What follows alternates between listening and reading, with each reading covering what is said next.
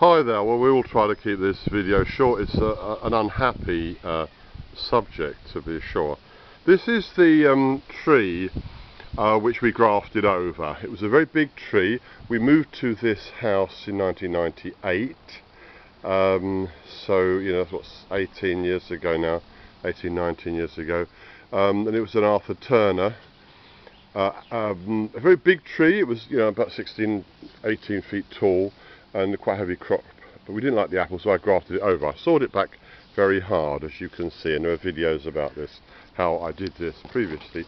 Sawn back very hard, loads of water shoots came up, and we grafted over them. However, it's gone bad. It's gone wrong, and I'm just handing the camera to Julia. I did the grafting, I think 2-3 years ago. It grew quite nicely. Now my past experience, certainly at the orchard where we've grafted over bramleys, and you've seen loads of videos about this at the orchard. This is our home, this is 3 miles from the orchard, we don't live on the orchard. And bramleys, very strong grower. These are trees that we planted in 1992. And they grew very strongly, and we realised we didn't need bramleys, so I cut them back hard, grafted them over to other varieties, and they're doing fantastic. They've been cropping really well for several years. Now I thought that we'd get away with doing the same thing here, so I sawed this tree very hard back.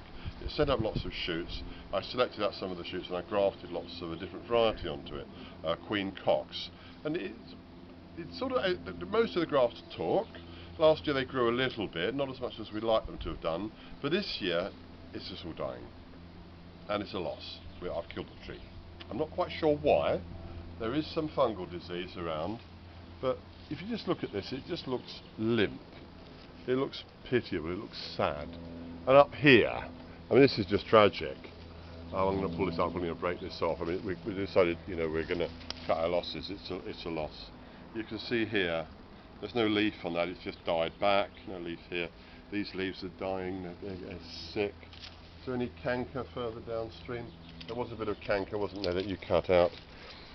The principle is sound. I've done a lot of videos and you can see, you know, there's a lot wrong with this. It's just probably too old. Probably the tree was just too old, because trees, like humans, they don't live forever, you know. They don't live forever. So there is a process of wear and tear. You can't keep an apple tree growing for hundreds of years. They do have sort of built-in senescence. So in the spirit of always being completely honest, and if I'm teaching people stuff, if I'm setting out to obviously demonstrate stuff to people, you know, it's a bit bold to call myself a teacher, but I am showing what's happened. And so this was an attempt to take a really big old tree. I mean, this tree was probably 40 years old when we came here. It was a big, solid, huge, long established tree. This tree's probably as old as the house, and the house was built in 1964. So, you know, it's probably, you know, without doing the sums, you know, it's probably sort of 70-ish years old. So, you know, it's getting on for the, not 70, it's probably 55, 60 years old. It's getting on for the life of a human being. Now, we'll finish the video in a short time. I think probably if I'd left the tree as it would have been fine. But I cut it back very, very hard indeed. And I assumed it had more energy and more life left in it than it did. So, I will finish the video with the following sentence. Grafting over established apple trees to another variety is often a very good thing to do. I've done it very successfully. It's often very successful, good thing to do. You've got an old solid apple tree, it's not the variety you want, grafted over. But I sawed this back very, very hard. I overdid it, and now the tree's dying.